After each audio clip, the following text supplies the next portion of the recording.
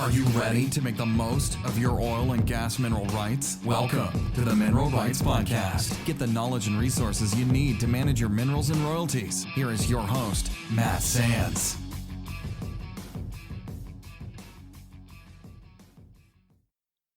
Hello and welcome to the Mineral Rights Podcast. Thank you so much for joining us. I'm your host, Matt Sands, and I'm here to help you make the most of your mineral rights and royalties. Good morning, Justin. How are you today? Doing great. Thanks for having me, Matt, as always. You're welcome, and thanks for coming on the show. And today we're going to talk about news for July 2019. To send us an article that you'd like our take on, or to ask us a question to be featured on an upcoming episode, please leave a comment at mineralrightspodcast.com, where you can also find the show notes and links to these articles, or you can send us an email to feedback@mineralrightspodcast.com. Justin, you want to take it away? Sure. Let's dive into the first story. So first story we have here is fracking in Ohio. State law gives energy companies right to force landowners into leases. Deciding what happens on private property might seem like a basic right, but when it comes to fracking, Ohio and other oil and gas producing states have laws that can force landowners to lease their underground mineral rights to energy companies. That's what happened to Patrick Hunkel and his wife, Jean Bax. It began in 2010 when a landman for an energy company knocked on their door. Hunkler didn't know much about fracking then. The landman offered them $137 an acre for the mineral rights under their 21 acres in Belmont County in eastern Ohio. $137, that's probably the closest I ever came to signing a lease, he said. But they held out. By 2014, they were offered $8,500 an acre. Jean Bax was getting ready to retire after 30 years working for the Ohio Department of Natural Resources. The money might have been nice, but she worried about the millions of gallons of water used to frack each well and the waste that it creates.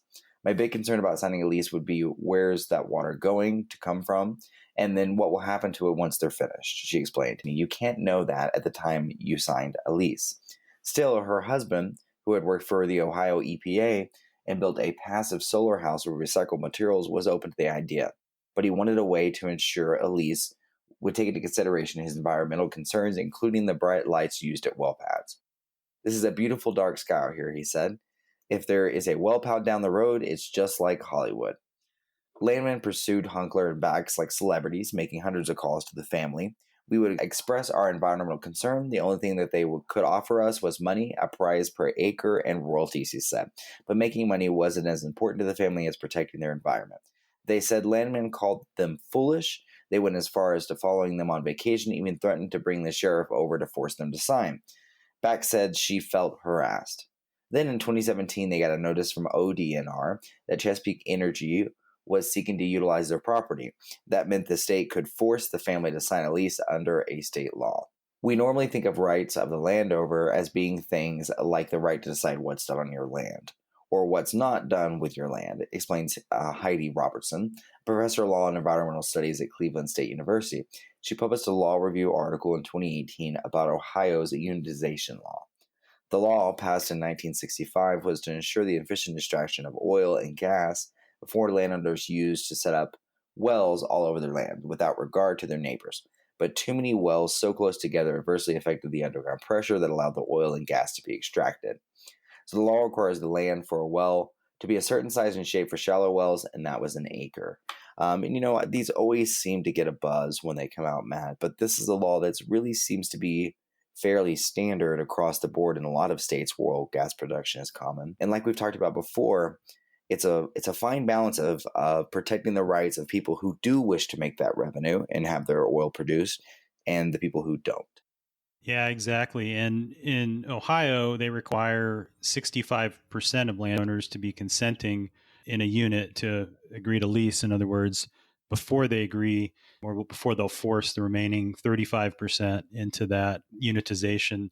So, all it takes is one person, that if that weren't in place, that to hold out and sort of veto the ability of all the other surrounding landowners who own the minerals to get the benefit of that. So those laws are in place to protect landowners to a certain extent, but then also allow for the efficient and effective development of the mineral resources below the land. But, it's always a tricky spot when someone has a personal, belief that they don't want oil and gas to be developed in their backyard.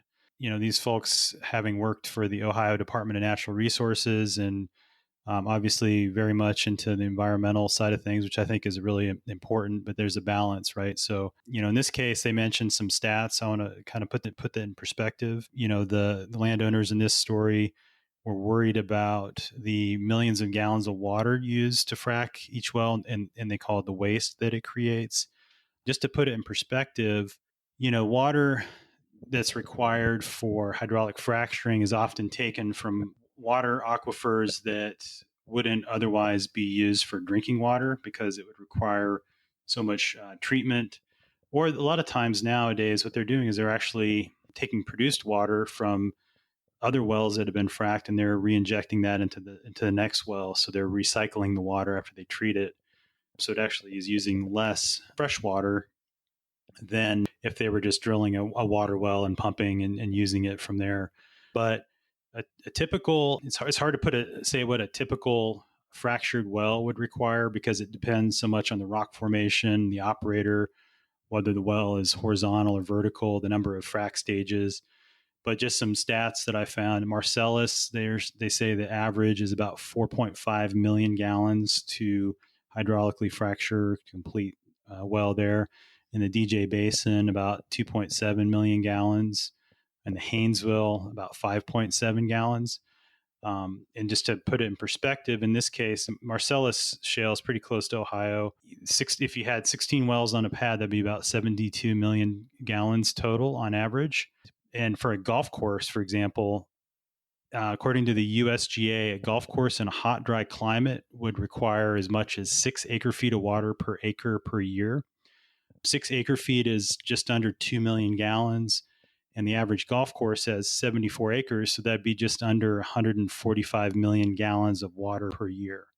So less than half the water required to develop a well pad in the Marcellus Shale than it would take for a golf course in a hot, dry climate as far as the amount of water that is required.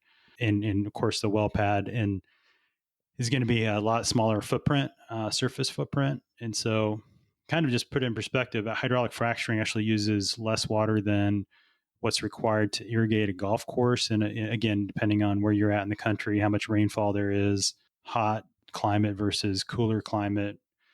But just to say that fracking actually uses less water. And the other thing too is the stuff you're injecting down hole is into these oil and gas formations that have multiple barriers to the drinking water aquifers.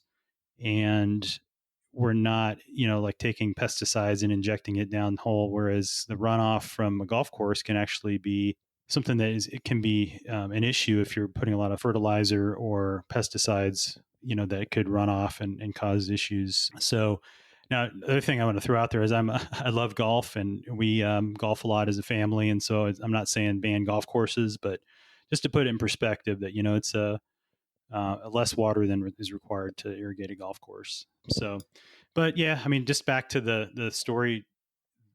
As far as Ohio, this law has been in place since 1965. So this is nothing new. They're just highlighting sort of this particular landowner's scenario.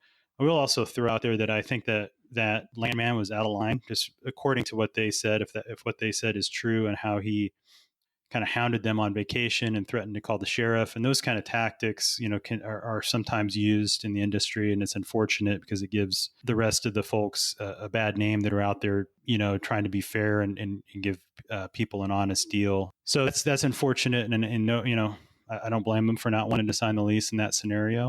But just to mention as well that kind of behavior shouldn't be condoned. And certainly, if you look at some of the professional organizations out there for landman, that they have ethics, laws, and things like that in place to prevent that kind of behavior. So.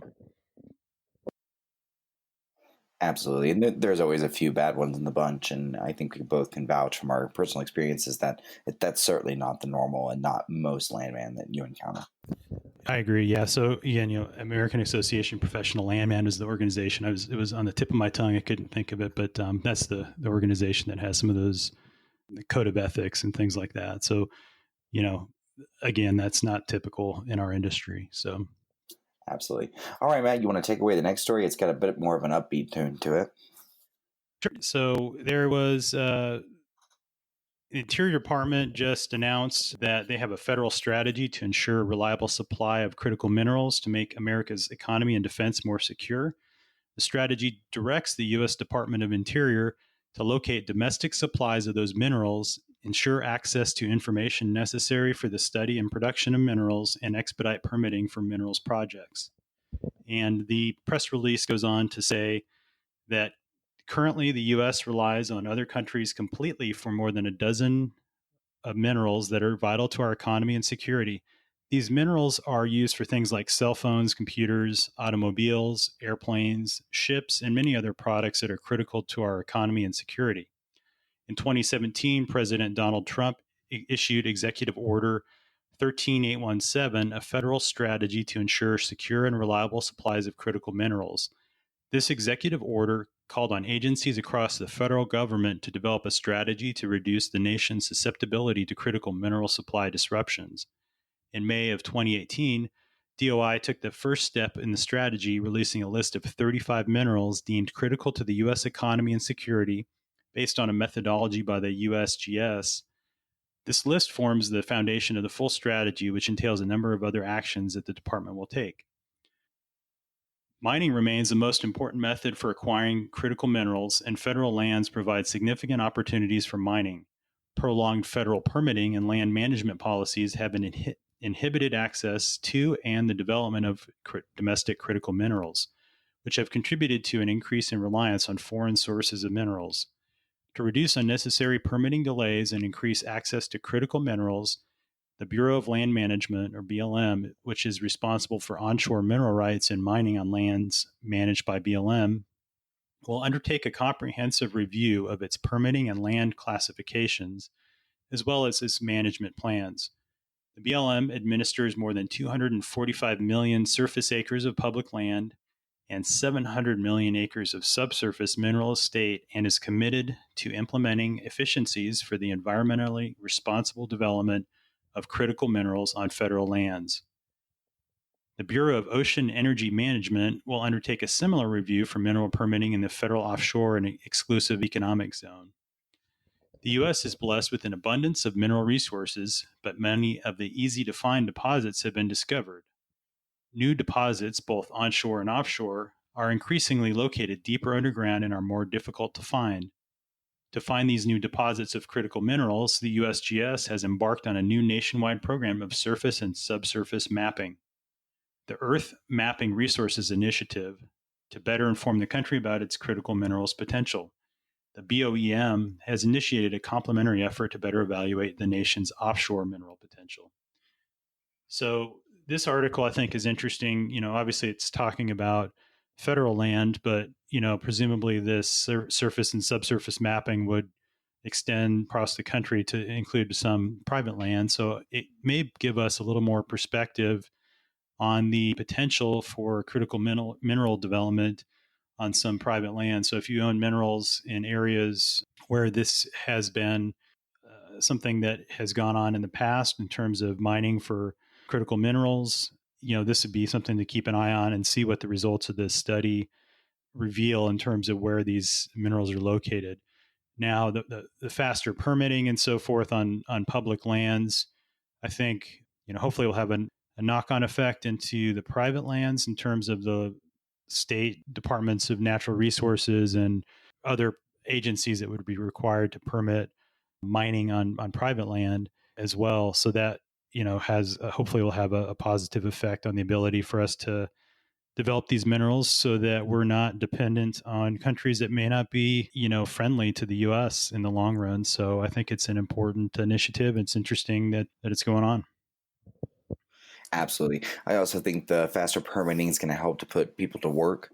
The bigger companies will pursue those and pursue developing those minerals, and we'll put thousands of people to work in the process and hopefully continue to drive our economy forward. Yeah, that's a good point. All right. All right. Our last our last news story here is the bill to amend Mineral Lease Act raises royalties and cuts lease sales draws opposition. A bill to amend fees, royalty rates, and the frequency of federal oil and gas lease sales under the Federal Mining Lease Act received pushback Thursday in a hearing held by the House Subcommittee on Energy and Mineral Resources. Representative Mike Levin, Democratic California, restricting community input and public protections in Oil and Gas Leasing Act, seeks to amend the Mineral Leasing Act, including reductions in the Bureau of Land Management lease sales from scheduled quarterly sales to no more than 3 per year and no more than once per year per field office. The bill would also set a royalty rate of 18.5% minimum, up from a 12.5%. The bill has also just 2 co-sponsors, the House Natural Resource Committee Chairman Rep. Raw and Democratic Arizona, and House Subcommittee on Energy and Mineral Resources Chairman Alan Lowenthal. And I apologize if I mispronounced that. Since the passage of the National Environmental Policy Act almost 50 years ago, this country has been committed to the idea that people should have a say in governmental decisions that impact their lives. And this idea is particularly important when it comes to our public lands. And this was said by Lothal. Subcommittee ranking member Representative Paul Gosar, Republican Arizona, criticized the goal of the bill's amendments to the Mineral Leasing Act, saying all of which are designed to make oil and gas leasing on federally owned lands more difficult and to reduce domestic energy development. He said, rather than ensuring that the taxpayers receive their share from the extraction of the federally owned hydrocarbon revenues, revenues will fall as companies likely opt out of doing business with the federal government altogether. Michael Ned, Deputy Director for the Operations at the Bureau of Land Management, told the committee H.R. 3225 adds new and unnecessary administrative and other burdens on oil and gas development on public lands, thereby reducing the competitive nature of the leasing process and potentially reducing the value of the bids that BLM receives for the leased public lands. The legislation would move counter to the Department of the Interior's policies that seek to minimize burdensome and time-consuming regulations, he said. Matt, I think this has been something over the last few years that we've seen oil and gas just speed up incredibly and drill more wells and hire more people. And I think a lot of that is because of the lack of regulation that they've been seeing. Yeah, I think it depends on where that development is going on. Certainly, some states, I know like Colorado has been very progressive about providing regulation of oil and gas development. So, yeah, I think it depends on where it's going on. But the interesting thing is this sounds like a kind of a partisan bill. I don't know the details to why they're saying that it would hinder development of oil and gas resources on public lands. But it's interesting that, sort of along the party lines, Democrats are for it, Republicans are against it. Oil and Gas Association, the Western Energy Alliance, for example, they had a quote in there saying that contrary to its name, HR 3225 is not about restoring community input and public participation, which already exists at multiple points in the federal onshore oil and gas program. Rather, this bill is about tying up the process in so much red tape that it will become nearly impossible for BLM to administer it and undesirable for companies to operate on federal lands. So to that point, there is that was, like it was mentioned, the NEPA analysis from the National Environmental Policy Act. That is required for any oil and gas development on federal lands. And so they do a pretty comprehensive environmental assessment of the impact of oil and gas development already. So I'm not sure how this is going to improve that. Interesting that it is going to increase the minimum royalty rate at 18.5%, up from 12.5%. So presumably the government would be getting more revenue from production, but to the point that was made, it could reduce the value of bids if their companies are going to have to spend money to meet the BLM requirements if this bill passes. And so it could sort of come out in the wash in terms of being not a benefit to the government and taxpayers in terms of the amount of revenue that's generated if they're going to reduce the value of the bids for those leases. So it'll be interesting to see if this actually passes, or if it does get shot down, or what language is added to it to make it more palatable for everybody. But something to keep in mind that whatever is done on federal land can have a knock-on effect again onto private land, and so it's something to keep an eye on. And certainly if you have minerals that are adjacent to BLM lands, it could have an impact. So, for example, in the DJ Basin in Colorado, which we talk about frequently, there's some BLM land adjacent to private land, and if they have a basing unit that spans both, then the company is going to have one set of requirements for the BLM that they're going to apply to the whole unit, and so it could have an effect on private mineral development in those scenarios where you have an oil and gas unit that spans both private and federal minerals. So that wraps up this month's articles. Again, if you'd like to leave us a comment, you can do so at mineralrightspodcast.com, where you can also find the links to these articles and other show notes. And again, to send us an email, go to feedback@mineralrightspodcast.com. Thanks again for listening, and we'll talk to you next time. Thanks, Justin. Thanks, Matt. Thanks so much for listening to the Mineral Rights Podcast with your host, Matt Sands. Don't forget to subscribe and share at mineralrightspodcast.com. The Mineral Rights Podcast should not be construed as investment, legal, or tax advice. All information is believed to be from reliable sources. However, we make no representation as to its completeness or accuracy.